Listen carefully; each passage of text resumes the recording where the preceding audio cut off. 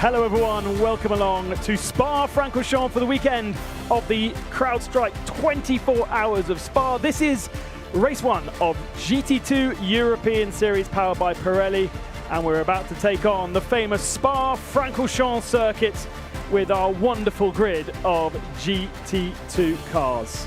This morning's qualifying session was pretty miserable with rain on and off throughout the session. The circuit has got a lot better. That picture shows the rain is still hanging about, but we're up to nearly 19 degrees, track temperature at 30, and I would say also potentially slick conditions for our GT2 drivers that qualified in the wet, miserable, greasy conditions of this morning. So the teams and drivers will be chasing their tails to make sure they can absolutely maximize the potential of their vehicles. A two-driver race if you have two drivers in your team. Otherwise, if you are a single driver, then you do have to get out of your car and get back in it as though you are a second driver. There's a slight compensation as well for if you are just the single driver, and Philippe Pret in that number one car on the right-hand side is one of those two drivers. The pole position man is a team that have won 3 out of the 4 races so far this year at Paul Ricard and Zandvoort, and that is Stéphane Rossina and Bronick Formignac. Talking of Stéphane, let's go down to Gwyneth Langy. We welcome her to the GT2 European Series, and let's go and find out from our pole man how he's feeling. Stéphane Rossina, 2 pole positions for you this weekend. You're the most successful driver here at Spa-Francorchamps in the GT2 class. Ready to add another victory? We need to be humble. We don't know what will happen. Now starts to rain a bit. So this is ever changing, the conditions. So we are humble. We will try our best, and hopefully we need to score some points. We are leading the championship. For us, that is the key. Thank you. Have a good race. And good news for Stéphane, because they didn't take victory in the second race at Zandvoort, which is the last round of our championship. They don't have as much compensation time as they would have done if they had taken the victory. They still do. They still have plus 7 seconds, but the winner at Zandvoort last time out, the number 7 machine of Dynamic Motorsport, they are the ones that will be will have the maximum compensation time, which is an extra 3 seconds on their pit stop. And of course, if they change tyres, then they have a longer pit stop than if they decide not to change tyres. But that's Roberto Pampanini and Mauro Calamia in the Dynamic Motorsport Maserati. That is the gold and black machine on the second row of the grid, which will have an extra 10 seconds. Rossina and Formignac with an extra 7. And the 115, which is the NM Racing machine, plus 5. In the commentary box with me, Joe Osborne, to watch this GT2 race. And Joe, it's been a really tricky day for everybody out on circuit because we're not sure if it's wet or dry. Yeah, exactly. And I think some of these drivers are struggling with that. One of them might be Philippe Pret down on the grid. Pole sitter for the AM class, but starting from the first row, congrats on this great quality this morning. You're leading the AM championship as well. There's a lot to do in this race with changing conditions, I must say. We will see. I'm here to enjoy. I love this track, and we will see what's happening at the end. Thanks, Philippe. Have a good race. Amateur champion from 2024, Philippe Pret, and also the winner in the AM category when we visited Spa last year as part of the support to the CrowdStrike 24 Hours. Interesting new rules coming in for next year. If you are a potential driver looking at GT2, Stéphane Rattel announcing a little bit earlier on that there will be a silver class added to the GT European Series for next year's championship. That opens it up to the younger driver, younger potential sort of future professional driver, and that could be very interesting because there is a lot of silver drivers out there, Joe. Yeah, a huge amount. And Ginetta as well, announcing they're making a car that will be eligible for this class. So that's exactly what GT2 needs right now, is some more manufacturers and some more options for drivers to get this grid growing. It really reminds me of early GT4 days and championship that I drove in myself in 2009 with low grids, and it struggled to get going. And then the momentum suddenly snowballed. And here at Spa this weekend, GT4 has 44 cars on the grid. So it's one of those build it and they will come series, I believe. Yeah, and there are great cars out there. These cars generally based upon the road vehicle. They're built from the road vehicle rather than a GT3 car, which is built bespokely. GT4, very similar in that it is taking the road car and then adding a few extra bits to it. So that Mercedes at the tail of the field there, that does stem from the road-going car that you can drive, and they add roll cages, some aerodynamic devices, and some things to protect the engine from exploding. And there are some stunning machines on the grid here. We've got Maserati, we've got Lamborghini, we have Mercedes and Audi, and then the slightly bizarre but very cool KTM Crossbows, which are road-going vehicles. It's just you're not likely to see many of them on the road. There's also Porsche that have built a GT2 car, and we once saw a Brabham a couple of years ago on this grid as well. So there are cars out there, and with the addition of the silver entry, that should boost the grid, because there's actually quite a different way to approach these cars driving style-wise versus a GT3 car, because it's more about mechanical grip. Yeah, hugely. Not so much downforce, more road car orientated. So you're exactly right, Ben. You've got to drive to the strengths of those cars. And a bit more point and squirt. So you stop the car, rotate it in the corner, and then jump on the throttle. But over 700 horsepower in some of these cars, so they're hugely fast machines. And no tyre ovens as well. So the drivers really have to work the tyres now to get them up to the temperature. Good news though, 30 degrees track temperature. Any moisture in the track should be burning off, and that should help the tyres get up to a decent working window in a way that if it was damp like it was earlier, it would be more tricky. So here's the grid then. Mechanic Motorsport powered by Bugera on the pole position alongside Philippe Pret in lone pilot in that Maserati. Row 2 has got Pampanini and Petra Lisa. He's actually in a KTM, not in a Mercedes, so look out for the 789 KTM. Framert and Alberto Di Marta on row 3. And then we welcome back Gianluca Giorgi in the LP Racing Audi. Great to have the Audi here. And we say hello to David Kajaya, because it's the first time that David has entered the GT European Series. Pascal Gibon, when I think problems in that Acadis ASP Mercedes at the tail of the field should make progress from there. All 9 cars are on the grid, so we've got a full showing for the start of this first race. The second of our GT2 races, where the pro drivers start, that will be tomorrow morning. First race of the morning at 9 o'clock. Yeah, the drivers still weaving left to right. The previous race on track was the McLaren Trophy race. They were on slicks, and lap times were pretty much on the money. So the track is in a good place. Like you said, it is pretty warm already, and there's not that much rubber down, because we've had some pretty heavy rain yesterday evening and this morning, and with all that heavy rain you get this green scenery around the Spa circuits. It is a stunning place to come and visit. It's a stunning place to go racing, Spa-Francorchamps.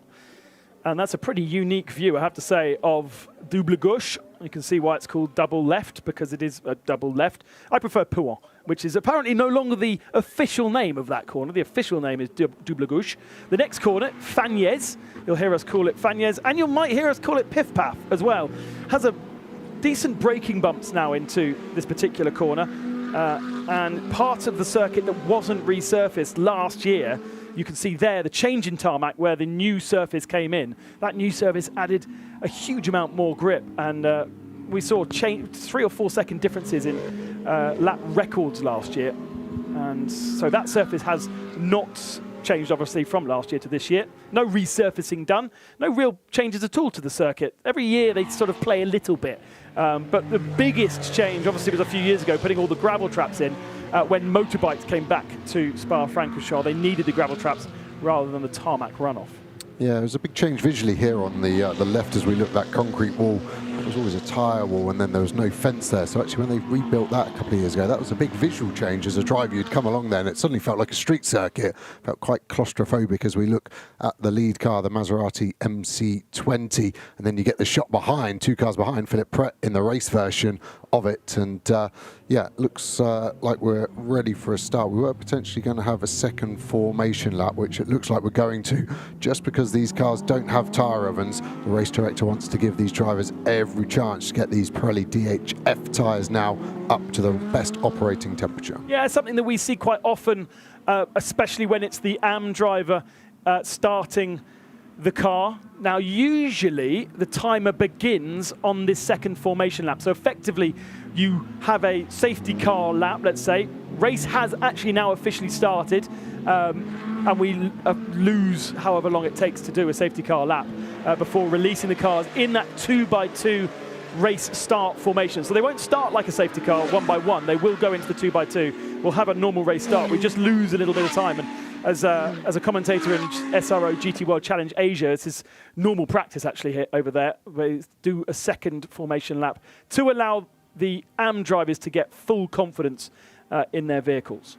Yeah, it's really the best of both worlds, isn't it? You get that extra lap to get the temperature, but the timetable doesn't lose out, and it's a big, fast timetable here, isn't it? There's very little room for movement. We've got so much packed on here. So if you're watching now GT2, we have Super Pole still to go for GT World Challenge. We still have a GT4 race tonight as well. That's late on, 9 o'clock local start time there. So they'll be racing into the dark, 44 cars, like I said earlier, for GT4. So a huge amount going on here at Spa this weekend. The end of this weekend represents the middle part of this year's series, powered by Pirelli. We've got an AM Cup and a Pro AM Cup, and actually it's kind of dominated in both categories by the respective drivers and our front row. So Philippe Pret, who is in that Maserati, he has had 3 victories out of 4, with missing out on the second race at Paul Ricard. But they did races in Paul Ricard, races in Zandvoort, and Formignac and Rossina taking both Paul Ricard races, but missing out on the second race in Zandvoort. They finished second to Pampinini and Calmere. So the sort of the championship challenge from the car in 3rd position, the second Maserati, the black and gold one, that began in Zandvoort, and that needs for them to continue here into, well, by the end of the weekend, the second half of the season. They'll go to Misano in the middle of July. Then we'll have a bit of a break. Then it will be Valencia and Barcelona to round out this year's championship. And dates for next year out on the GT2 Series website, with the calendar being announced just a few hours ago for next year's SRO exploits. Yeah, exciting times, and go to some mega circuits. And yeah, Misano after this, that's quite a hard circuit for these cars in terms of their brakes. So that's the good thing about the championship. You go to so many different types of circuit, and again, the BOP then equalises out. You get some cars better in a straight line. Of course, the BOP changes circuit to circuit, but when the circuit changes, then the car can come in and out of favour as well, and that's what keeps it so exciting to watch. Pole position for Formignac. He is uncontested. That Lamborghini from Mechanic Motorsport has been on every single pole position this year. But it doesn't necessarily mean that that's the way the results will go. Remember, at the moment, every single one of these cars has an AM driver aboard. Even if it's a Pro-Am entry, the pros will jump into the car for the second half of the race. So in theory, all these drivers are rated the same by the SRO driver ratings program. All of the BOP is made to balance the cars to be as equal as possible. So really, it is down to the drivers to make the difference. And now we are getting into formation, coming through Blanchiment. They will go through the chicane, and they will start on the Formula 1 start line. Rather than with our 24-hour race, that will be started as they come down the hill towards Eau Rouge. Yeah, I would like to see 75 GT3 cars start into La Source hairpin, but yeah, that wouldn't be sensible. As where this grid, the normal start procedure is okay. You can see them all still working their brakes, accelerating, braking, trying to keep the temperature there. Formignac seems the most aggressive in that instance. Yeah, plenty of racing experience for Bronek Formignac. And actually, across the field, lots of these drivers have plenty of racing experience.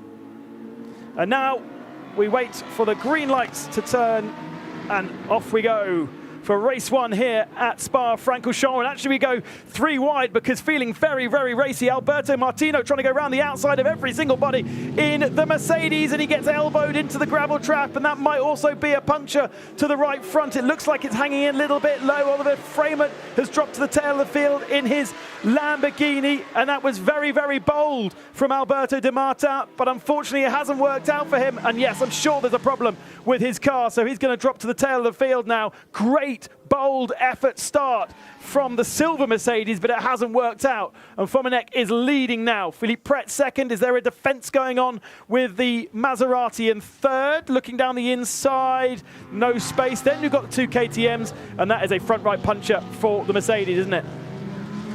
Yeah, it isn't. That's a long way to get back without that getting any worse. Couldn't see any damage on the side of Philippe Pret's car, the first Maserati, second car in shot, getting hustled hard by that dynamic gold and black car at the moment. But it was a good move from the Mercedes, originally round the outside at turn 1 from Di Martin, but it all just closed up. And that's the problem with the outside. Physics dictates the cars will always go outwards, and that's where Di Martin was. And yeah, that is going to be probably going a lap down by the time he gets that car back to the pits and a new tyre fitted.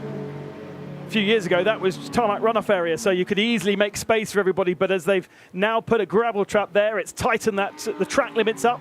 Great news, because we don't speak about track limits half as much now here at Spa as we once used to.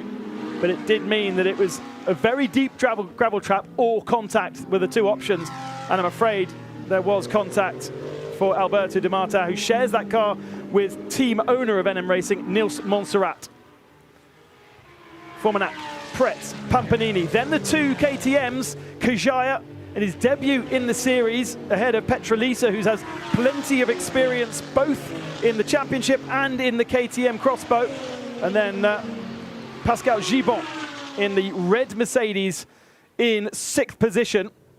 So it was a good start from Kajaya up to 4th position. He must have benefited from the fracas with the Mercedes, because if you remember, he spent most of his qualifying session having spun in pit lane trying to get that car reset, and it does its usual spitting of black smoke as he goes up through the gears in the KTM. It's something we just see, isn't it? Yeah, I think it's the turbo nature of that 5-cylinder Audi engine. It just probably slightly over fuels as you're pulling a gear. It will cut the engine revs, but the fuel's still going in. So when it then refires after the gear's gone in, it's got to go somewhere, and it just sends it out the back as unburnt fuel as they fly into Eau Rouge. Lots of curb on the left. Some cars needing a slight break, missing the apex ever so slightly there. It does look like Gibon's got the run on Petrolisa at the moment, and Petrolisa's struggling to stay with the sister KTM in front. 1 lap ago, he was flashing his lights saying, "Get out the way, David Kajaya," and now he loses the position to Pascal Gibon, who's got a much better Mercedes under him than he had in, well, he didn't have one in practice because he didn't get out in practice, but in qualifying it looked like there was all kind of issues for that car, but it's definitely working now. And on his day, Pascal Gibon can really push that car. They've taken 2nd position in 3 of our 4 races so far, and now he's up to 2nd position in AM, and look how long it has taken for the NM Racing Mercedes to get to pit lane. And a little bit of damage also to the rear quarter.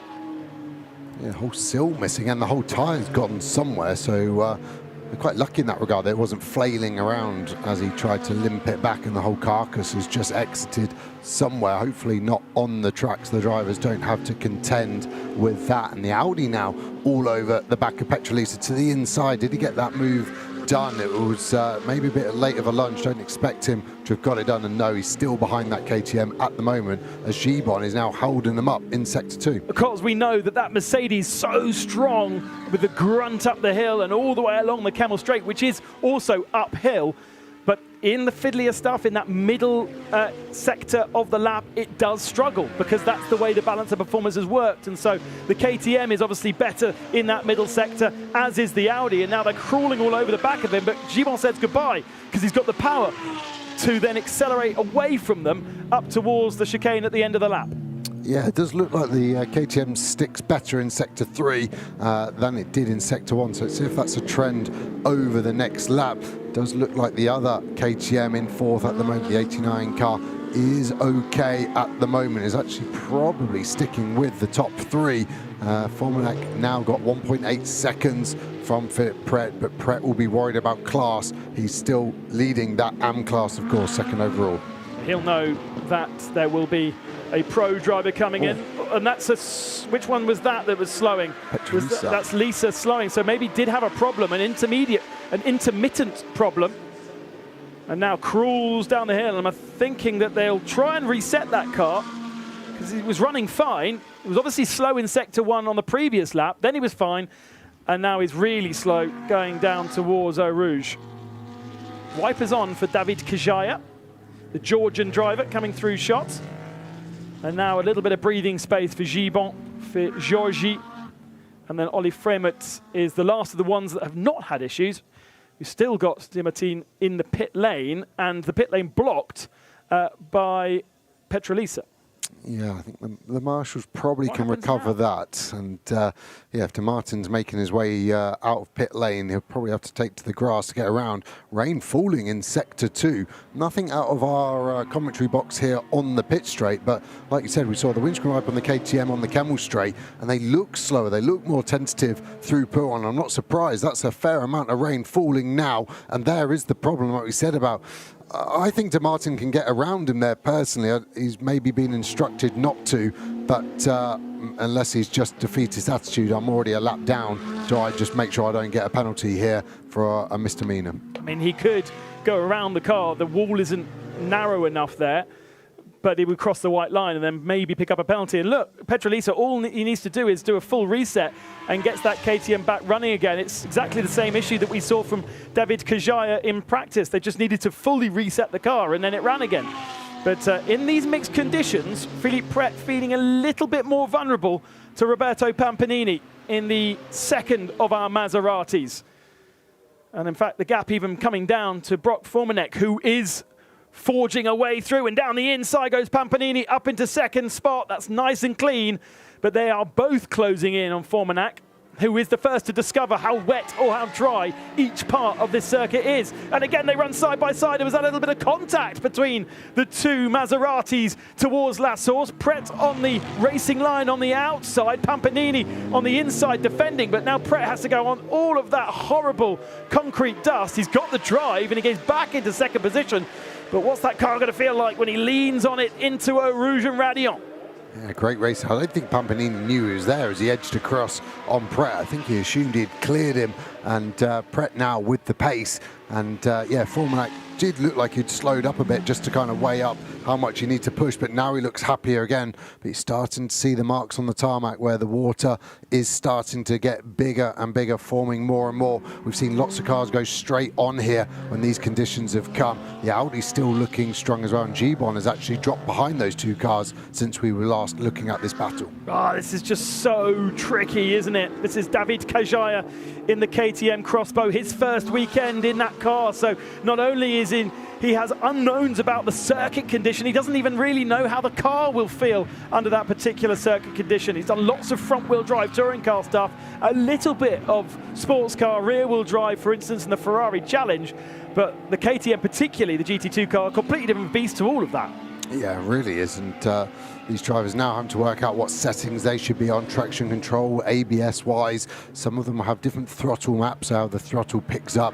You sometimes want it quite sharp in the dry, so when you touch it, it goes straight to full. But in the wet, you'd rather an S-shaped curve, so a small amount doesn't open the throttle bodies too much. And that KTM is defending hard at the moment, and they're starting to get stacked up, and Oliver Framuth looks like he's going to make it a four-car battle in the next few corners. Kajaya holding on to fourth position right now, but very, very tentative, very nervous about really leaning on that car and relying upon the grip of the circuit because he doesn't really know if it's there or not. Georgie in the Audi behind, then Gibon, then Fremut, and then almost a lap down the KTM of Petrolisa and Di Marta. Di Marta, did he lose a full lap? He must have done, yeah, 2 laps down, and actually back into the pits for that Mercedes. So perhaps more damage than just the puncture, having done a full 7 kilometers with only 3 wheels. Yeah, and the KTM struggling in these conditions. The Audi runs wide, is going to get the run. Is that overtaken with an advantage? It doesn't matter at the moment. Now around the outside, that KTM carbon fiber chassis, I think so stiff. The driver's not getting the feeling there of the weight. Great move by the Audi in the end. Got the pace maybe from running wide at Blanchimont, but the job was done at the bus stop. Little bit cheeky, a little bit naughty, and now goes defensive into La Source, but Kajaya is going to have to think about what's going on behind him as well as ahead. Always told just to focus on the car in front and not worry about what's going on in your mirrors, especially when you're in this situation. But it's so difficult to do so, especially if you're nervous about your pace, if you're nervous about what car you have underneath.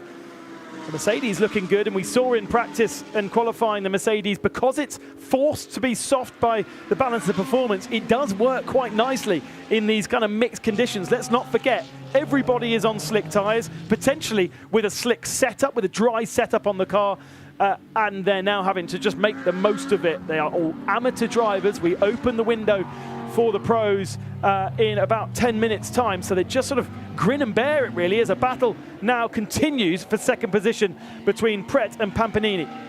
Yeah, these cars 7 seconds off their fastest lap last time by, so that's how much it started to rain. The teams will be considering changing to wet tyres, even though they would have to be in the pits for longer. They may be able to get that compensation back if the rain continues to fall, but at the moment here on the pit straight, it just seems to be that much drier than out the back of the circuit. So the rain normally comes in from the top here at Le Combe down to us, but at the moment seems to have stagnated in the middle part of this track.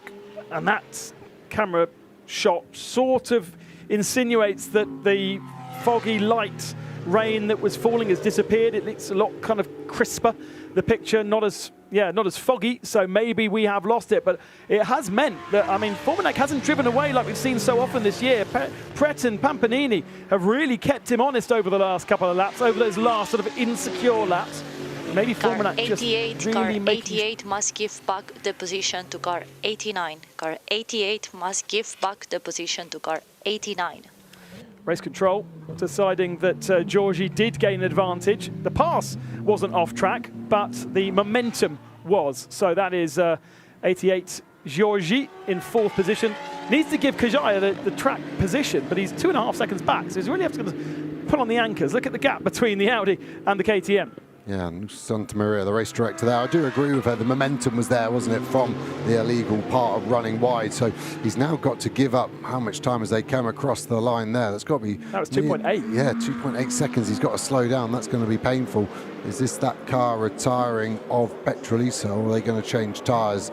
Don't seem to be in a massive hurry, do they? So I think that might be job done, as you can see the NM Mercedes leaving its pit box. Yeah, for the second time it's been in the pits for another 3.5 minutes, so not having a happy time of things, NM Racing.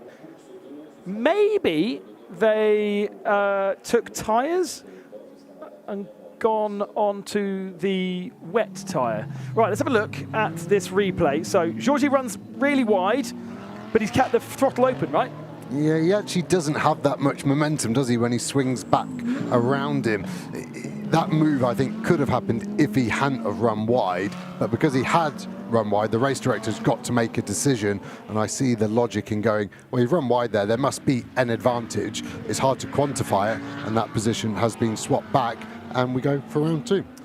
Quite awkwardly, though, because Kajaya has to go around the outside at Bruxelles, and yeah, he's ticked the box, but he was compromised on his exit of Bruxelles, compromised through what used to be Speaker's Corner, is now curve Jackie X, and now it's really, really tight between the four of them once again. He's done well, actually, not to lose more than one position, because Gibbon could have been snapping at the heels of the KTM, and now to improvise and find a new way past, but in different conditions, because it's not that sort of soggy, slightly wet conditions that it was 2 laps ago. Kajaya should be building more confidence, and even though the windscreen wipers are on, that's probably because he doesn't know where the button is to turn them off, being a new cockpit. Yeah, potentially. Their lap time is now back to 2 seconds off their fastest, so 5 seconds quicker than the last time around. So it was a short, sharp shower, and now maybe the KTM prefers these conditions, like you said, Ben, and suddenly isn't advantage Audi or Mercedes or Lambo, and the KTM might be able to start getting away from them, but now it's 12.4 seconds off third place Pampanini.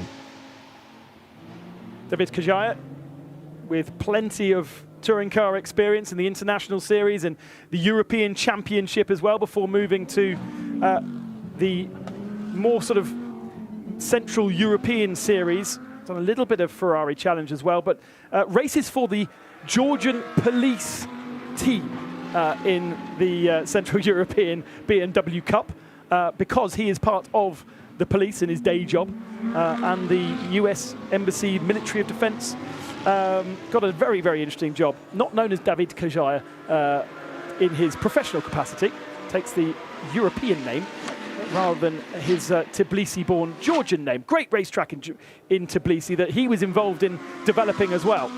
You look at these countries and think, I wonder if they have a racetrack. Well, Georgia definitely does, and it is top spec.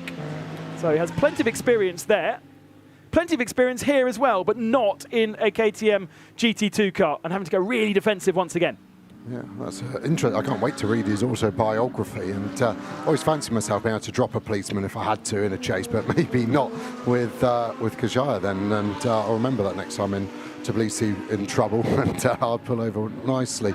But the Audi still hustling on. Well, good to see the Audi back as well. We haven't seen it for a few rounds, and beautiful looking car. And we said earlier in qualifying, great to see Audi represented in GT2, GT3 and GT4, all the same model, obviously very different iterations of that Audi R8.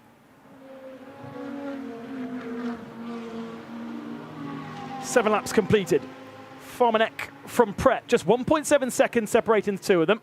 Pampanini in third spot, again keeping the two of them honest, 2.8 seconds back. Then there is this gap to this battle for fourth position. Kajaya, Georgi, Gibbon and Freimut, all in line astern. That's KTM, Audi, Mercedes and Lamborghini. And then we have Di Marta, who has pitted twice, but he's back out on circuit now in the NM Racing Mercedes. Petrolisa, though, we do think has retired their second KTM after an issue. Oh, and Formanek goes very, very deep into the first part of the chicane. Once known as the bus stop. Now that bus stop bit has been removed because it's not really a bus stop shape any longer, and it is just known as the chicane. Pret has had a good couple of laps because he's dropped Pampanini as well. So Pret at the moment is the man on the move. You can see that slight bit of damage on the left-hand side. The still from De Martin, lap one, turn one, but it doesn't look like it will be too bad. Team will probably have a quick look at it in the pit stop and always put a bit of tape on it if they think it's going to get worse. But at the moment, it's looking okay for Philip Pret. And it was Pret who had the fastest lap on that last lap, a 2:23.2, taking 0.6 of a second out of Formanek. But they are dropping Pampanini. It was a slow lap from Pampanini, actually. He was the slowest of that lead group, and actually slower even than David Kajaya on that last lap. So it's amazing how through the stint the performance of these different drivers changed, but also due to not just tyres but track conditions as well, and the weather that is sort of sweeping across this area. We were supposed to have improving conditions and basically blue sky by this afternoon, but it's not really living up to the forecast at the moment. Hopefully for the weekend, and what is forecast for the weekend is hot and blue, and by Monday tropical conditions back in the whole of Europe. It's just rubbish, isn't it, the forecast here? There's no point even looking at it. Every time I've come here, I Google Spa-Francorchamps weather. Why am I doing this? It's just completely its own microclimate. So you just go cross-country skiing here in the winter. Not here, but about 10 minutes down the road, there are signs for cross-country ski hire in Francorchamps town. Yeah, it doesn't surprise me. A beautiful part of the world, and thank God we built a racetrack here because it is the best in the world, in my opinion. It's got everything on track and then off track as well now. The weather, the festival feeling, the parade we did as well, the amount of people that attended that, it felt like a mini Glastonbury almost. That's the idea. The Spa 24 Hours, absolutely one of the highlights of the motorsport year, not just the endurance calendar, but also generally motorsport. It's definitely one of those races to tick. And with Nürburgring and Le Mans setting a pretty high bar, I reckon Spa these days now absolutely equals it in terms of the spectacle and in terms of the value as well, because a weekend ticket is just nothing. Maybe a lot of people will be saving their money to come and watch Formula One in a couple of weeks' time here, but I wouldn't. I'd be going GT racing and enjoying the festival atmosphere. Hadn't actually seen who's playing in the paddock, but there is actually music every single night, isn't it? The last couple of nights there's been live music, all the way through into Saturday night and the fireworks. Yeah, that damage is actually quite bad when you see it on the sill. But, isn't it? Yeah, I mean, the Maserati, a lot stronger than Mercedes, you would say, because it was front wheel, which you would have thought would have destroyed the bodywork of the Maserati, but the Mercedes bounced off. Luckily for Philip Pret, actually saw Stefan Ortelli on the pit wall last time by, giving Philip Pret the hurry up and the thumbs up and talking to him on the radio. So yes, he's solo driver, Philip Pret, but he's got a super experienced driver coach in Stefan Ortelli helping him out with the LP Motorsport team. Pit lane window open then. And for those that are Pro-Am entries, that means come into the pits and give your car to the pro driver as soon as possible, because then you can maximise the performance of that driver. For Philippe Pret, for instance, he can kind of be flexible with when he comes into the pits, because he will be getting out the car, but he'll be getting right back in it again. Gone are the days where you had to run around it or do silly things like that, but he does still have to get out, go behind the line, the pit lane line, and then go back into the car. All pit stops timed at 181 seconds, so no rush, unless they want to put tyres on, and that's not a thing I don't think we're going to see. So here is a look again. There's the damage to Pret's car, probably not affecting him too much. It's really cosmetic, and this is where it came from. So Alberto de Marta all the way around the outside, and yeah, there was just no space for him on the exit there. Quite a big impact, really. It really was, and pinched round on him, and de Marta, I can see why he tried it, but being the outside of two cars on your inside is always a high risk, and it didn't pay off there. The house always wins. As we look at Pret from Monaco, will he pit this lap? He's not really in so much of a rush by himself, decides to stay out as Formanek pits. Formanek has an extra 7 seconds on his pit step, but Philip Pret has 14, Pampanini has 10. At the moment, they will all stay in their position, even with their offset penalties, because Philip Pret 4 seconds longer than this car, but last time across the line, the gap 5.5 seconds, and obviously Racina taking over from Formanek has the shortest one of them all. I think it might bring Kajaya and Mato Homola, the 89 there on the screen, I think it might bring them into the mix a little bit more, because they were, I think, about 12 seconds back pre-pit stop. Once everything shakes out, and it will take a while, we've got a 10-minute window whereby you can pit, and just a few mechanics allowed to work on the car. They are checking the temperatures. Are they changing the temperature? Checking the pressures, sorry. Are they changing the pressures? It doesn't look like it. It also doesn't look like a second driver's ready. I can't see Homola in shot there. Normally the driver's kind of itching to go, grabbing the first driver out by any means necessary, but I assume he will be there, but I just didn't get any shot of Mato Homola ready to jump aboard that 89 KTM. Another touring car expat, professional driver Mato from Slovakia, his home track, the Slovakia Ring. So they both are very well associated to their racetracks that they have in their country. I think it's probably the only racetrack in Slovakia, the Slovakia Ring. Once upon a time, GT3 used to go there. A race that had a huge shunt in qualifying. Where there was a jump there, they hadn't profiled, yeah. And we were trying to do backflips there in an Audi R8, I remember. It was good fun, and yeah, great circuit. And the most common nationality in GT2 race this weekend is the Slovaks. So that's a good point. We should call them the Fastbacks, really, as this car was leading the race. Absolutely good point. Stefan Racina will be getting aboard the number 11 machine. Pret stays out. Pampanini, interestingly, stays out. So he's doing an extra lap over the rest of the Pro-Am competitors. Gibbon, Frémut, they can kind of pit whenever they like. And then we will see De Marta come into the pits and change over to Neil Montserrat, but they are pretty much out of it, aren't they? Pret continues. Now putting 7 seconds of a gap between himself and Pampanini. And under us, we can hear the rest of the GT2 field firing up and heading back out onto circuit. Just got to keep an eye and make sure that they have done that 181 minimum pit stop time. The pit stop time is from pit in, that line just there, to pit out, which is all the way down at the bottom of Eau Rouge. So the teams can sort of guesstimate how long they need to hold the car for. What you can't do is drive down pit lane here and go, oh, we're a bit early, park up for 2 seconds and then break the beam. You will get a penalty for that. So the estimation of how long the car stops for is kind of critical. Yeah, huge. There's some GPS systems now you can use to aid that, but the stopwatch is still a very trusty tool in all of the mechanics workbook for that one. And just looking at Racina's time there, so they were 181 as their minimum and should have been +7. So at the moment, I think they're slightly under their minimum time, just looking at that. Oops.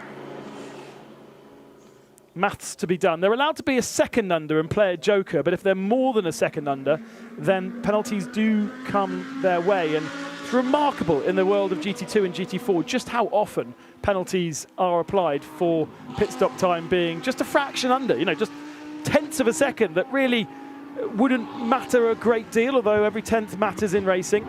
But the penalties are a lot harsher. Pampanini now comes into the pits 1 lap later. He'll hand over to Mauro Calamia, but our 3 amateur drivers stay out. Philippe Pret, Pascal Gibon has another amateur teammate to hand over to, but Gibon holding on to the fort in the Mercedes for the moment. Freimuth doesn't hand over to anyone either, so he actually has done better, Freimuth. He took victory in the AM category in the second race of Paul Ricard, but he's half a minute back from Pret on this particular occasion. And Pret can go another 1 or 2 laps before he absolutely needs to come in. Yeah, he's just trying to use this clear track, isn't he? I think Racina was 6 tenths under what he should have been. Interesting, Matteo Homola, that driver change. Didn't actually see the driver, Matteo Homola. They were 6 seconds too slow, so they lost a lot of time there. And yeah, the others all safe at the moment as we see Philippe Pret pit. Well, all of that potential advantage of having a shorter stop than everybody else for the 89 has come to nothing if you're 6 seconds over what you need to do.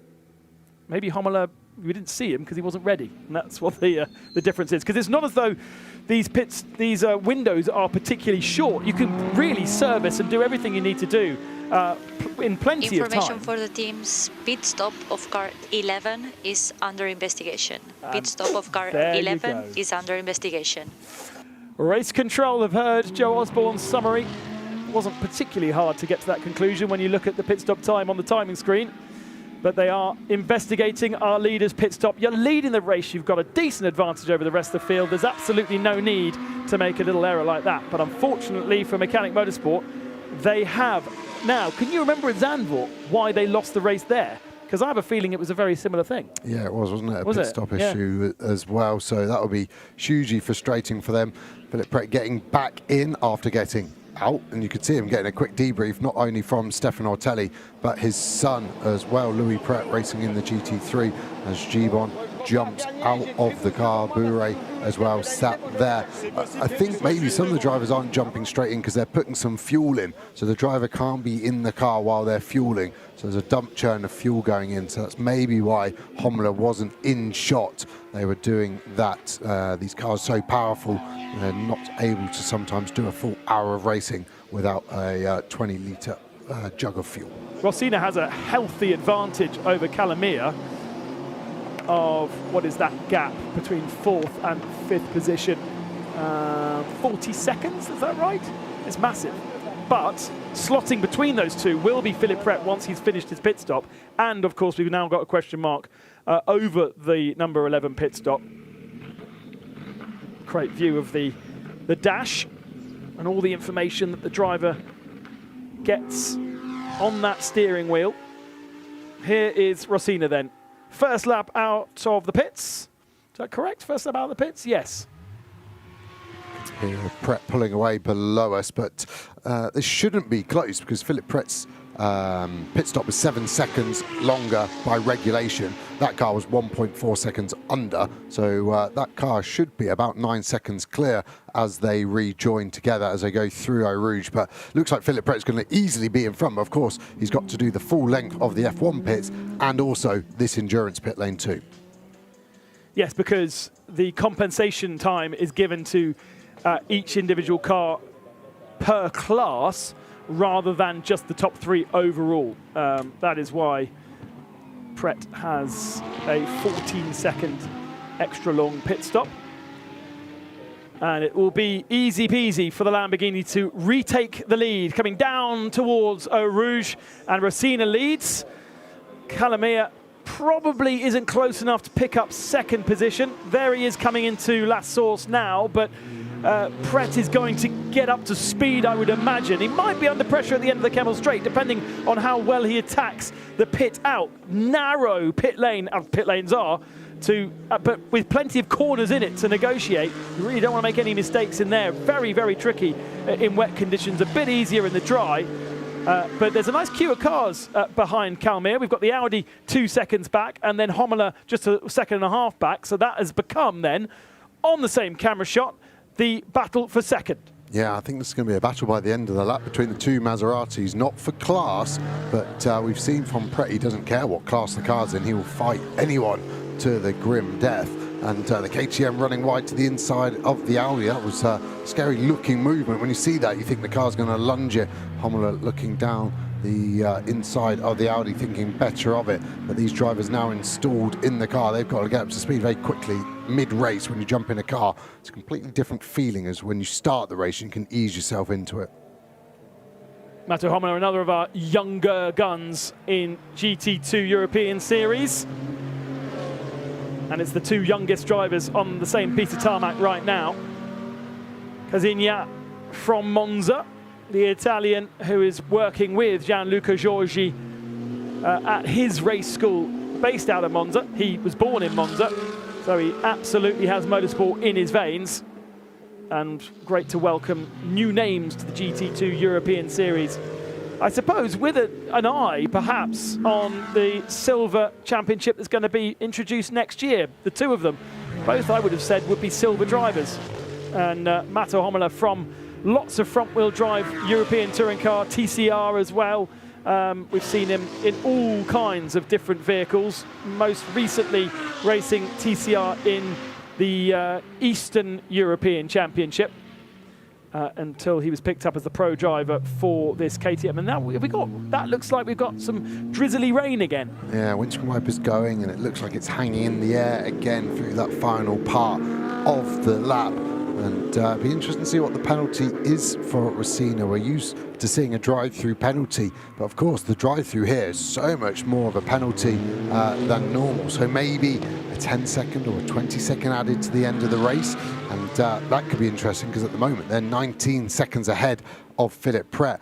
And believe it or not, the Lamborghini has never won a GT2 race here at Spa before, so they will be gunning to change that fact. And at the moment, Rosina, super fast, has done the fastest lap of the race. Actually, Hommler has beaten that now, 10th quicker, 22.4, and yeah, there's definitely something in the air, isn't there? I think we could be getting to that high humidity point where it feels like it needs to rain again. Calamia once again on the tail of Philippe Pret as we see a nice super slow-mo of that front right wheel doing its work through the final chicane. And then running the car over the rumble strip, which is pretty flat. Most of the curbs these days on any race circuit don't seem to do too much, apart from the Nürburgring. Stay away from those. They're vicious. But this being now the scene of the Spa 8-hour motorbike race. Is it 8 hours? Actually, it might even be a 24-hour race these days. All the curbs very flat for those motorbikes. Yeah, the FIA now regulate the shape of the curbs, the segregation, so you can drive any circuit in the world and they all feel the same. Still a few quirky ones here. See Pret running wide and he's lost that position to Calamia, not for class, like I said, but now he is down to third overall, still leading his class, and that will be his main focus. And these two cars behind catching, and they've swapped position as well. Yeah, Hommler's lost a position to the Audi as well, so there's been a decent amount of shuffling of the pack on that last lap. And I wonder whether that's because we've got a little bit of rain in the air and you just want to be slightly more cautious not to understeer or run wide or even lose the rear end on a soggy curb. It's just been that classic kind of Spa day where it's just a little bit insecure with the weather all the way through. We've got the Super Pole for the 24-hour race coming up after this, and I tell you what, mixed conditions is not what the Superpole guys really want, or anybody, I think, because it's going to really shake up the grid. It's already shaken up in the GT3 race thanks to rain at the start of qualifying 1, broken into 4 parts, and qualifying 1 only had 43 cars. Those that took part in only Q2, 3 and 4, well, they didn't get affected by the soggiest of the conditions, and therefore were faster by the average lap time. Yeah, and I think the Superpole contenders will be watching this race intently, trying to work out where is the rain coming, where is it at its worst, because they've only got 2 laps to do that Superpole. Look at the amount of rubber offline as well, as we see Clamia put the windscreen wiper on. Philip Pret is stuck with him. Last time we saw them coming towards the end of the lap, that gap looked pretty similar. So Philip Pret looks like he's rallied his pace a bit and may be able to stick with that sister Lamborghini for a bit longer. Maserati, sorry. Matto Hommler crawling all over the back of the Audi, looks to the inside, but Bruxelles is such a difficult place to overtake because one of the racing lines is very direct into an early apex, and some big, nice 11s from the Audi exiting Bruxelles keeps the momentum up, and it's sort of characteristic of the GT2 car, isn't it? If you are in trouble, you've got the grunt to get you out of it. Yeah, the car's moving all over the place, but Hommler looking racy and looks like he wants to get the move done, and it really needs to be in Sector 2 to play the strength of that KTM over the Audi. Of course, they've still got 20 minutes remaining, so they'll be thinking about how their tyres are working. Are they starting to go off? Do they need to start to look after that rear tyre? The more energy you put through them, of course, they're going to fall away quicker, and that will hurt you towards the end of this race. Through Campus. Curve Pool Frere next, which can be flat out, and it sort of continues onto the original Spa-Francorchamps circuit. Yes, the one from the 1930s and 40s that came from the village of Stavelot along this part of the then main road, all the way from Stavelot to Francorchamps. And this was where the bus stopped, in the bus stop chicane, which was remodeled probably 20 years ago now. Oh, and running deep and running wide. Penalty information. Car 11 has a 13-second time penalty for short pit stop. So Stefan Resina needs to win this race by 13 seconds to keep the victory for fourth position side by side. Hommler still losing out to Kazania. Now goes on the dirty inside line and loses the traction, loses the momentum, so the Audi is going to hold on to that position. But it does look as though as they get to this part of the track, it is definitely slippier. Look at how the Audi twitches on the right-hand part of Eau Rouge, and I'm sure he didn't take the racing line there. Wet tyres being prepared at LP Racing. But is it wet enough? Yes, it's raining here, but at the end of the Kemmel Straight, it's not raining. Again, standard Spa. Yeah, it's not ready for wet. You could see the glossy sheen through Eau Rouge, so it's definitely wet there. It's definitely wet at the bus stops. There's almost like a shower has gone through the middle of the circuit, and the 2 end halves are actually dry where we are now, and it is the low point, isn't it, at the bottom of Eau Rouge and the bus stop that seems to have captured the latest rainfall. This circuit is built in a valley. It's the valley of the river Eau Rouge, and that river actually runs through the very center of the circuit, and then the circuit is sort of built on the left and the right-hand side. The original circuit went away from the river on the left-hand side of the river, then crossed over the river somewhere around Stavelot. It wasn't actually at Stavelot, I think it was before it, and then came back up the right-hand side of the river. And as we've shortened it, we do exactly the same thing. The crossing point is at the Curve Pool Frere, but it does mean that weather can get stuck in the middle of the valley. Yeah, you as a driver just have to work out where the rain is at any given lap, and you don't try and almost put too much logic to it, and you just drive to what you can see and what you can feel, and that's the best way round what is thrown us at. Yeah, this is where it seems to be wetter again, doesn't it? And Pret is really, really struggling. Philippe Pret in that Maserati has lost a huge amount of time to the Audi and the KTM. Yes, these are both professional pro drivers and young pro drivers in these 2 cars, and Pret's not going to fight them. He's still leading Am by a country mile. Leaves the door open, but I think the Italian knows just how tricky this chicane was last time by and doesn't want to go cannoning to the side of the Maserati by mistake. This is properly wet. I said it wasn't wet, but if this continues at this pace, they're going to have to pit. Otherwise, they're going to be aquaplaning off, and Pret does lose 1 position, 2 positions. He thinks better off it, doesn't he? I think that's smart driving from Philip Pret to make sure he keeps his class lead in the AM class. He does lose an overall podium now, though, so that will hurt. But what are these conditions going to turn into? I'm worried for these drivers. We've seen it so many times here at Spa, haven't we? Cars attacking corners 260, 270 kilometers an hour, and then suddenly a bucket of rain falls and you lose all grip instantly. At least it doesn't look as though it's that kind of rain, that kind of nothing to everything rain. There's a warning of drizzle first, but certainly visibly coming down on the pit straight, and Matto Homola is not liking this. We've already spoken about that carbon fiber chassis being very, very stiff, and Homola is now being hounded by Philippe Pret in a much more compliant Maserati behind. Yeah, all over the curb, the mechanic feeling for the rain through his gloves. That might take a while to get a good reading on that, but this KTM, it's a shame the car doesn't. It almost needs adjustable roll bars like an old F3 car where you could soften the thing off on the fly, because it suddenly turns into a very stiff machine, and the exact opposite of what you want. 14 minutes remaining. There's no time advantage to going to wets. I don't think you're going to get that tyre change time back, but if your car goes in the wall because it wasn't on wets, it would have probably been better to swap tyres. And even if they do come into the pits, they can't just come in, change and go out again. There are regulations that state how long that pit stop has to be. So you have a minimum pit stop time for a mandatory pit stop, which we've already seen, but then you have a minimum pit stop time for pit stops outside of the window. So pit stop involving a tyre change must be 97 seconds. So it isn't as though you can do a quick pit stop and change to wets. You must still do a pit stop in 97 seconds, and therefore a gap of 47 seconds between Pret and Freimut would be annihilated. So there's a big risk in doing it unless absolutely necessary.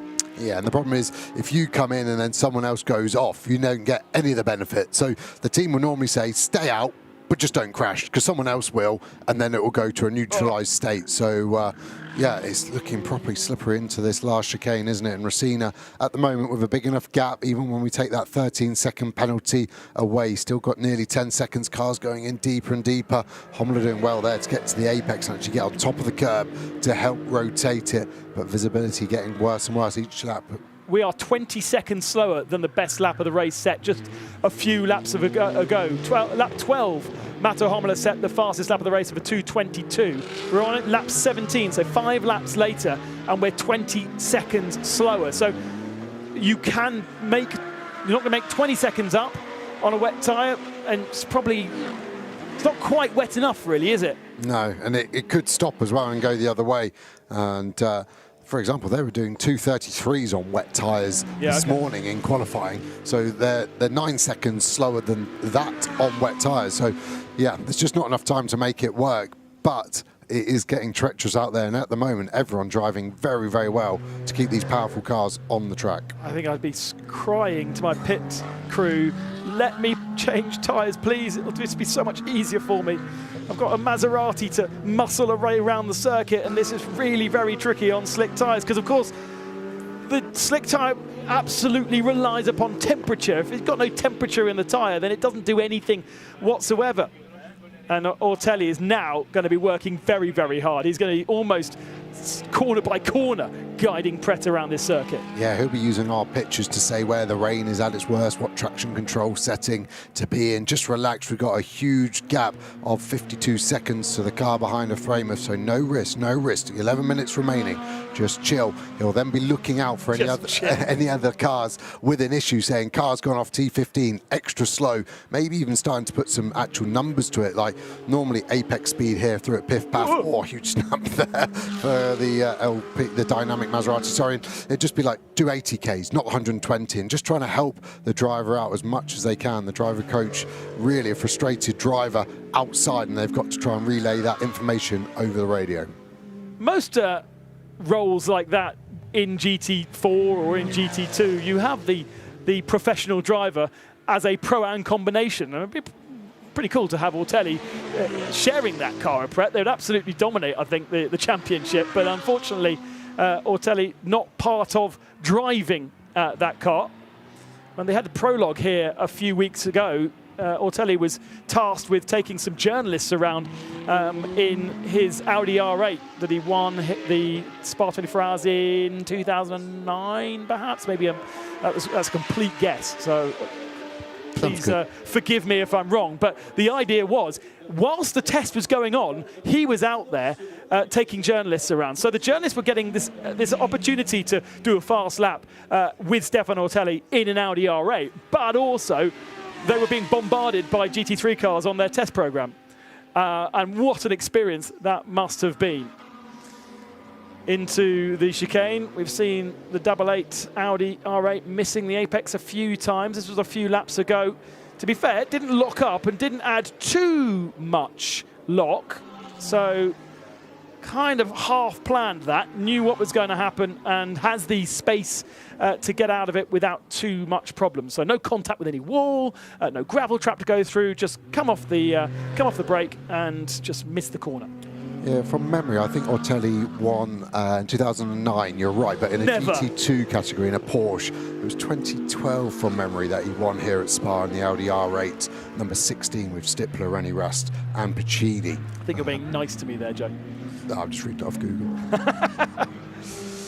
So, Stefan Racina with a 13-second penalty at the end of the race, but he's got 19-second advantage over Calamia. Interestingly, that's come down. So it's come down from 22 seconds. So Calamia on the last lap, able to take a little bit of time out of him.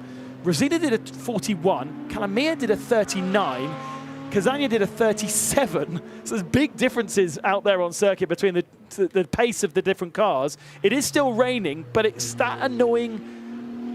It's that annoying light rain, isn't it? Yeah, the problem is, well, the tyres will be starting to lose temperature now. One, because of the rain, but also the pace they're doing. There's not the energy to keep them in the operating temperature. So then they go slower, so then they get colder. So they can't afford many laps of 20 seconds off the pace. These cars will become undrivable quite quickly. I think luckily for them, the rain is abating and they're able to get it in, but Racina still going in deep there. It's almost like a trend. These drivers would rather brake too late and get it there, kicking up the water out the curb as well. The serrations holding the curb, and as Racina crosses the line, his lap time on that last time back down to a 2:34. So suddenly 7 seconds a lap quicker than he was previously doing.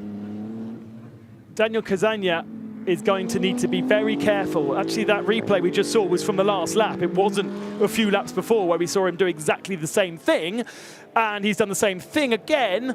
And now he's had a black and white flag for track limits. So with 7.5 minutes remaining, he needs to keep that Audi within the white lines. Otherwise, he will get a penalty. And it was his teammate who was on the cusp of getting a penalty in the first part of the race. Once you change driver, then your track limit warnings get reset for the second driver. So they're per driver rather than per car. But he is absolutely on the ragged edge. That classic kind of young driver philosophy of, it doesn't really matter. I'll go as fast as possible and let the car run as wide and maybe do a couple of track limit warnings. Most of the other drivers have been pretty well behaved. Calamia with 3 track limit warnings. Who else has got 3 track limit warnings? From Framut in the Lamborghini in 6th position.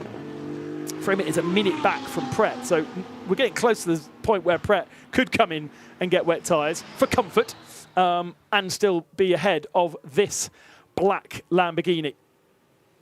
Yeah, actually the pace of Calamia on the last lap still 2.1 seconds quicker than Racina, so that gap now at 17.7. Remember, it's got to be bigger than 13 if Racina is to claim the win, and he would go joint winningest driver as well alongside Bert Longin, so that would be a good accolade to have alongside the first ever win for a Lamborghini here at Spa in GT2. All the stats from Joe Osborne. I wish they were mine. Claim it, claim it. 3rd position battle, last spot on the podium. Matto Homler back onto the tail of the Audi that now has to be careful. Cannot be hassled off the circuit because he will get a track limit penalty. Homler doesn't have that problem. And now with a circuit which is drier, although that camera angle doesn't suggest that it is, the KTM, it comes back to him. He's got a car, he's got a nice stiff car that he can lean on and generate grip. When it rains, it doesn't work for him, but when it's dry, it works really nicely. And this, the battle then for the final podium spot, possibly not close enough to challenge for second, and Hommler goes to the outside. Can he go all the way around the outside of the first part? No, and actually this is looking a little bit greasier here than the middle part of the lap. Yeah, both cars getting good traction. Didn't matter if it was the Audi on the curb or the KTM on the tarmac. They both accelerated at the same rate. Hommler there just looking to the inside, trying to catch the mirror of the Audi, so trying to distract, and got to try and stick with him through this painful sector 1 for the KTM, and then look to attack somewhere in sector 2. And at the moment, I'd say the best overtaking spots potentially in Tipuan, because we're in such a good run through Speaker's Corner. When I spoke to Matto Hommler in Zandvoort a few weeks ago, I said to him, oh, you must be enjoying driving the KTM, no understeer on the old touring car days where, of course, the front-wheel drive, the front wheels are doing the driving and the steering, so it's always understeer. And he went, no, actually, it's got quite a lot of understeer. This KTM, so stiff that's the main project, is trying to dial out the understeer on the front of the car, get the car rear to rotate. And I guess when the rain starts to fall, that problem is compounded. He's got a little bit of loose diffuser on the left rear, just flapping around, not a big deal, and a little bit of an overlap through Bruxelles. But what's your preferred racing line through there? I just like to veer off, so I can basically take any of the skill away. I brake as late as I can, think I'm going in the wall, rotate the car in the middle, and then just jump on the throttle and kind of get around it in the most inefficient and least glamorous way possible. That's one of the ways to do it, isn't it? There are a few different ways, and that's certainly one. Sort of very early apex and run very deep into the middle part of the corner. And it certainly defends from people who are trying to attack you as well. Look how the KTM can be thrown around now. That's not what we saw from Matto Hommler 2 or 3 laps ago, where he was being so cautious with that car. Now his steering inputs are much more aggressive, leans on that right rear corner. I think this camera is just a little bit foggy because it's still got the raindrops from when it was raining earlier on. That's why that particular corner looks a bit foggier than the rest. But when we come up to the end of the lap, the circuit certainly looks a bit wetter. Live gap then between Rossina and Calamia. It's significant because it's coming down, and 13 is the crucial gap. Anything under 13, Rossina loses this race. Calamia wins this race. We're waiting for Calamia to come over the line. It's just gone out a fraction, so 0.3 bigger than the previous lap. Yeah, time for 2 more laps as well. So, yeah, Kalima has got to find 3 seconds, 1.5 seconds a lap. Can he do it? It's only half a second a sector, 6 sectors to go. That's how you'd work it out as an engineer. Try and give your driver the biggest, shiniest carrot to bite onto as this battle rages on for the last podium position. Love that camera shot. So cool as the cars blast past the wall, inches from it, and set themselves up Eau Rouge and over Radion. Now this part of the circuit looking a little bit wetter, but as they break into the Le Com, it's drier again, and a little bit of a late move from Matto Hommler, covered off by the Audi. And the problem is that KTM is so much stronger. Oh, that's bold down the inside there. Very rarely does that work out, and it didn't work out in Hommler's favour. We saw him trying to do that earlier on in the race and thinking, no, I'm not so sure. This is really the best overtaking opportunity of the middle part of the lap, and he's too far behind. Yeah, the problem with that look was it's just lost him so much time and momentum, and it isn't an overtaking spot unless the car in front makes a mistake or there's a massive pace deficit. So that was a little petulant maybe from Hommler there, maybe used to his touring car moves where you can just door someone out the way, but that wouldn't work in a GT2 car. You would attract too much damage to yourself. We only have to see De Martin on lap 1 to see that case study. I guess also, even if you just hassle the Audi off the road, he will know that it's got so many track limit warnings that a penalty is incoming. So if he can get him off 4 wheels off the circuit, then that at least will give him the position and put him onto the podium. That's one way about it, or he actually has to do the move. Yeah, and just looking at the lead gap as well, I think that's going to drop this lap on the sectors. Looks like he's probably taken 8/10 out of him in the first 2 sectors, where it has to be a second and a half. So I think this gap could be pretty close. If it goes sub 15 seconds, this could be game on between first and second, that 13-second penalty. The other thing for Racina is he has the lap car, as Hommler all over the back, he has the lap car, of Neil Mosserat as well to contend with. 15.5, so actually grew the third sector. Not so good for the Caramari Maserati. Yeah, I wonder whether Rosina was caught out with the little bit of traffic. Here comes Hommler at La Source, not close enough again. Again, it's just half moves, isn't it, Joe? He's not really committing. He needs to just get fully down the inside, claim the apex, and stop that Audi from turning in. But it's just not quite close enough or not quite decisive enough. Yeah, and that's the problem when you're in the car without the top speed that KTM doesn't have. Uses a nice track limit there. Can he get in the toe? This doesn't have the power, but the slipstream effect so strong. He gets sucked into the pocket and then rocketed along. And it does look like that gap's getting smaller, smaller, smaller. Is he going to send it all the way around the outside? Hard move to do here. Got to go round the outside, and Mathieu Hommler has done it with the momentum, with the slipstream, with the commitment up Eau Rouge. And on the final lap, Hommler gets his KTM onto the podium. Nice, nice move by the Slovakian. He was lining it up for a couple of laps, but finally makes it stick, and to the frustration of the Italian behind. And actually, look how much pace he has over the Audi now, already driving away what could have been, perhaps, had he done that a little bit earlier. Yeah, it doesn't look like Racina's getting caught quick enough by Clamia now, so I think this is going to be a race win for this number 11 Lamborghini. Bronick, Formignac and Stefan Racina with victories in Paul Ricard, with a victory at Zandvoort, and therefore the championship lead coming into this weekend. And other than that indiscretion from the team in the pits to make Rosina's life a little bit trickier, he's just about had control over this second stint. It's been a challenge for all involved in these wet, dry conditions at Spa-Francorchamps, but it's going to be victory number 4 of the year for Stefan Rosina. Victory number 10 in his career in GT2. Check red flag, and he has done it. End of the race. What will be the gap, though? Is there 3 seconds to find? I say he's done it, but if Calamia brings out an absolute stonker of a lap and it's below the gap, below 13 seconds, then this Maserati could be on the top step of the podium. Is it? Is it? Gap is even larger than before. And in the end, the timing screens will say that it was just 3 seconds between the two of them, but it was actually 16.4. Hommler on the podium in 3rd position with his new teammate for this race, David Kajaya. Great race and great driving in some tricky conditions to not see anyone drop it. We had that contact at turn 1, didn't we? But I think that was fair racing. No penalty will be attracted. Feel sorry for De Martin after a punchy start to get that puncher and rule themselves out of a good result. Yeah, and they'll start in a good position for tomorrow's race as well. Don't forget, this is the first of 2 races as Philippe Pret comes over the line as the AM Cup victor. And we have plenty of time to wait for Oliver Freimuth and Christophe Borret, who will round out the top 3 in the AM category. Those were the 3 AMs that had no issues.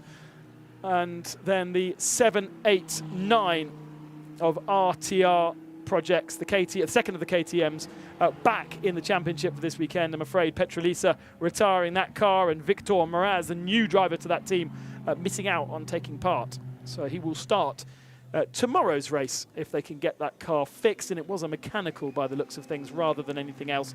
Stuttered to a halt at the bottom of Eau Rouge, and then they did get it round to the pits, but unfortunately it then ground to a halt in the pits and didn't restart. But really good first stint against all the amateurs from Philippe Pret, but against the pros in the second half of the race in those really tricky conditions. Pret just took it super easy, surely under instruction from Stefano Ortelli, but it still took the victory.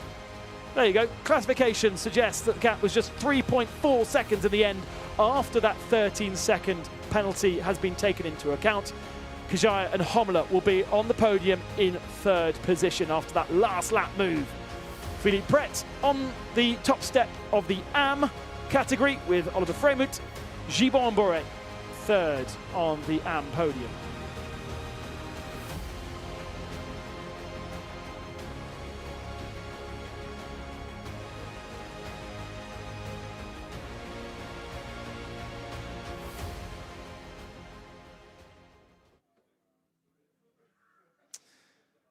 Well, it only takes 2 cars to make a motor race, and I have to say, with all those different changing of conditions, that was decent entertainment. Yeah, it was really good. It was hard to call at times as well, wasn't it? The KTM, definitely the car that swung the most between the conditions. Very quick in the dryers. We saw Hummler claim that final podium position and gap the Audi by 2.7 seconds, considering that overtake was done almost halfway around the final lap.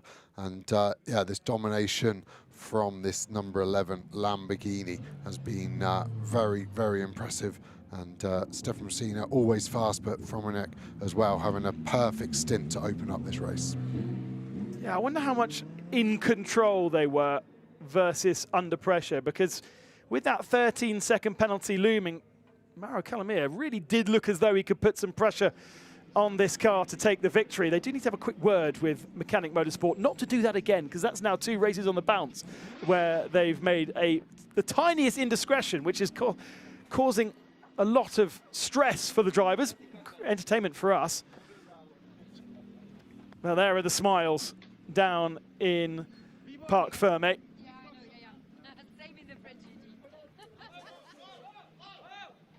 The gap was small by the end.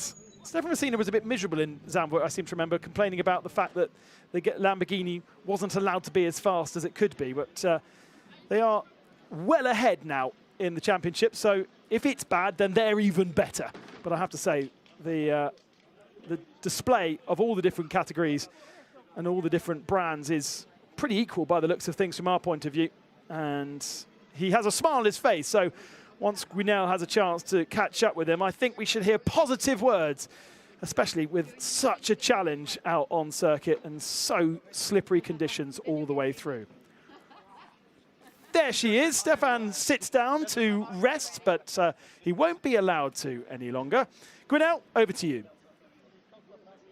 Stefan, congrats on that 4th win of the season. You're still the most successful driver here at Spa-Francorchamps in the GT2 European Series. It was not an easy stint for you since you had to push till the last lap. Thank you. No, it was not. I mean, we are struggling a little bit with the setup.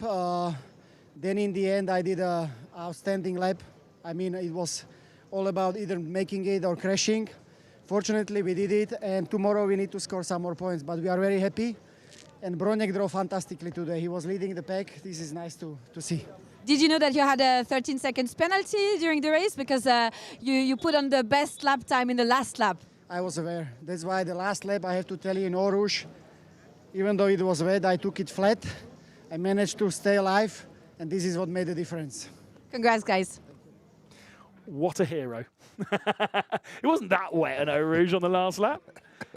Yeah, but, it's a cool story to set at the bar later, isn't it, anyway? And yeah, I think the team probably just need to make sure their pit lane timer or their procedure, at least, for how they get the minimum pit stop time is that bit sharper. They're sailing very close to the wind, aren't they, at the moment? Need to look at their clock. Maybe their stopwatch isn't quite calibrated correctly. But unlike Zandvoort, where the mistake cost them the victory, today, here at Spa, Rosina did enough to hold on to that victory, and that is victory number 4 of the year. The rest of the GT2 field will be scratching their heads as to how to topple this dominance between Bronek, Formignac and Rosina.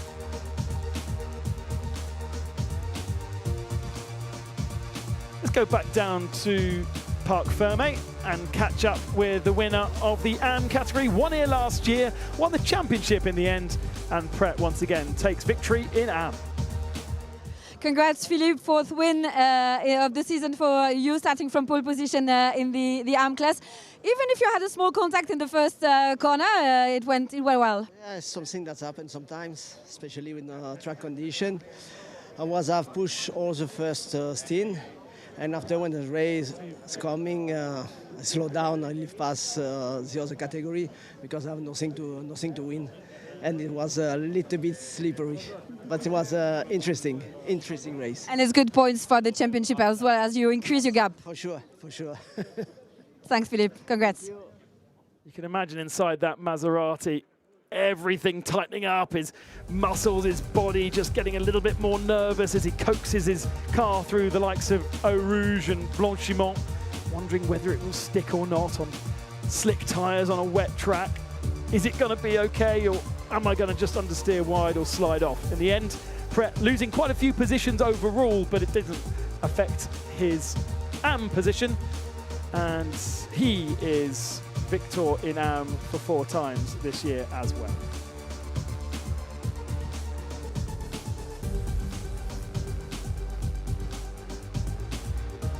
Mixed conditions for race 1 of the GT2 European Series, and it was 3 wide going into turn 1 with Alberto de Martin trying to go round the outside in the silver Mercedes. Gets a little bit of an elbow from Philippe Pret, and unfortunately that was a punctured tyre for the Mercedes 115. A bold move, but ultimately a move that didn't work out. A good start from David Kajaya, who avoided all of that and put his KTM up into 4th position, a new driver to the championship. But Kajaya was nervous in that KTM as the damage showed on the Mercedes coming into the pits for a new tyre, but there was more damage to that car and it made a couple of extra pit stops. This was a bold attempt to pass from Gianluca Giorgi. He did pass, but then race control decided it was not a legitimate pass and he had to give the position back. So pit stop window opened, and those drivers with 2 car drivers swapping to their second pro driver if they're in the Pro-Am category. But conditions were so very hard for the pro drivers in the second half of the race as the sort of light rain rolled across Spa-Francorchamps and wet tyres were considered, but ultimately a 97-second pit stop plus the time gained by being on the wet just wasn't enough, so everyone just had to suck up and deal with it. There was a penalty given to the number 11 leader of the race as others pushed on and missed corners, and in the end Stefan Resina really had to put the hammer down to hold on to the lead of his race as he was pressured from the Dynamic Motorsport Maserati. A great battle between Matteo Homola and Daniel Casagna. And on the last lap, Homola going around the outside to take 3rd position. Stefan Resina did enough to hold on to the lead of the race, and race results will suggest the gap was 3.4 seconds at the flag.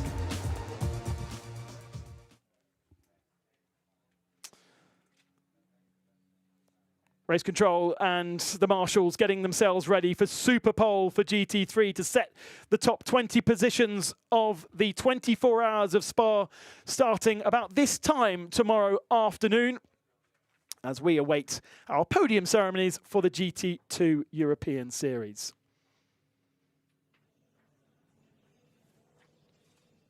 The podium here in the F1 pits. There's also a podium in the endurance pits. And you have the opportunity to use either or. And over the last couple of years, at the end of the GT3 race, we've even built our own pits, built our own podium down in front of the DJ stage, and had a really cool atmosphere down there to celebrate the end of the 24 hours.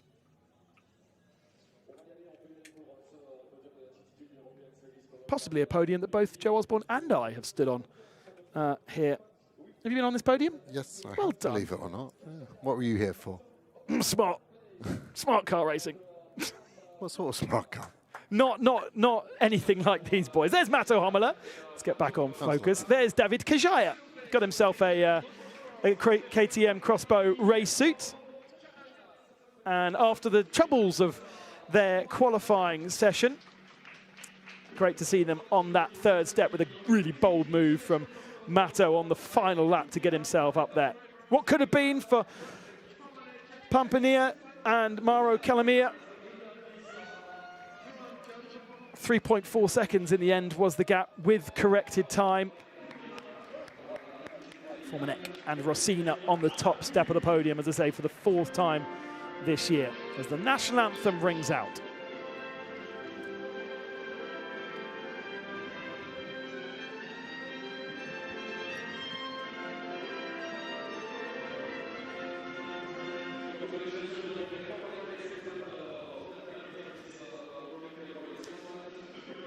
There's your top three. And David Kijai and Matto Homola pick up their trophy. That is only the second time that Homola's been on the third step of the podium. Race 1 at Zandvoort. The crash for Laura Colomier was in qualifying, I think, I seem to remember. But they then didn't do very much in the second race at Zandvoort. And Laura is actually the sort of semi-works KTM driver, so a shame to be missing her this weekend, but David, a great new addition to the GT European Series. Spa-Francorchamps gets rid of his Pirelli cap, throws it down to one of his mechanics down there. And now, did you say one of the most successful driver in GT2 Europe? Joint now in Pro-Am, yes. So 10 wins, Bert Longin and him are now tied on 10 wins, and that was the first win for Lamborghini in GT2 at Spa. We can change that tomorrow then. Get himself. Can't be another first win.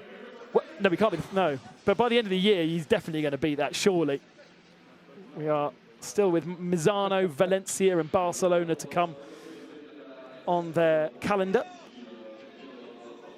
And if you are interested in what's happening next year in the championship, a few new regulations that have just been announced by Stefan Rattel this lunchtime. So head to the website and read up on the opportunities of opening up the GT2 European Series to other drivers, potentially other manufacturers like Ginetta. Ginetta versus Lamborghini.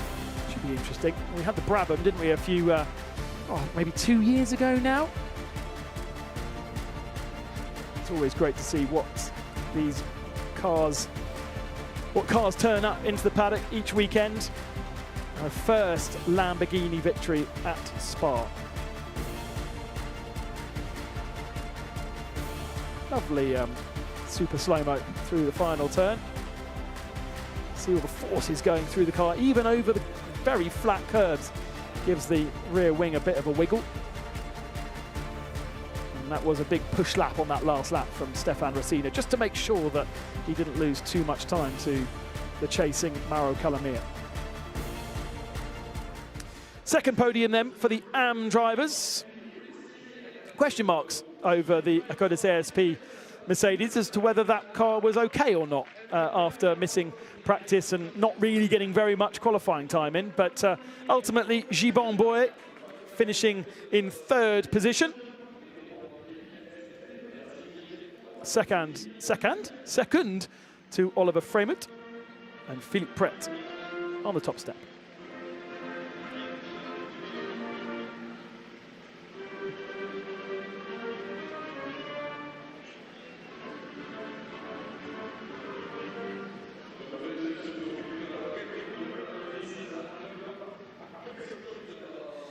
Always a big smile on his face. There's no doubt that Philippe Pret absolutely loves his motor racing. And why wouldn't you? He's got a Lamborghini to play with. He's a very successful businessman in jewelry. APM is his jewelry company in Monaco. I think he's also got shops in Switzerland as well, if memory serves. And so plays with diamonds and race cars. That's not a bad life. Sounds like me, apart from neither of those things. But yeah, huge in China as well, APM. They've had a huge growth, and good to see that money being reinvested into motorsport. That's the main thing.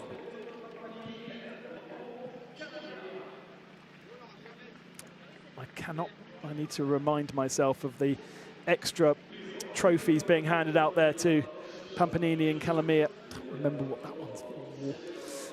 But they joined the top three in AM as well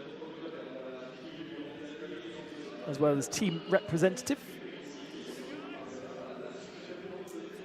And that is LP Racing that run the Maserati. They also run the Audi. Right then, join us again in GT2 land at 9:05 on Saturday morning. But stick with us on GT World for qualifying Super Pole next up.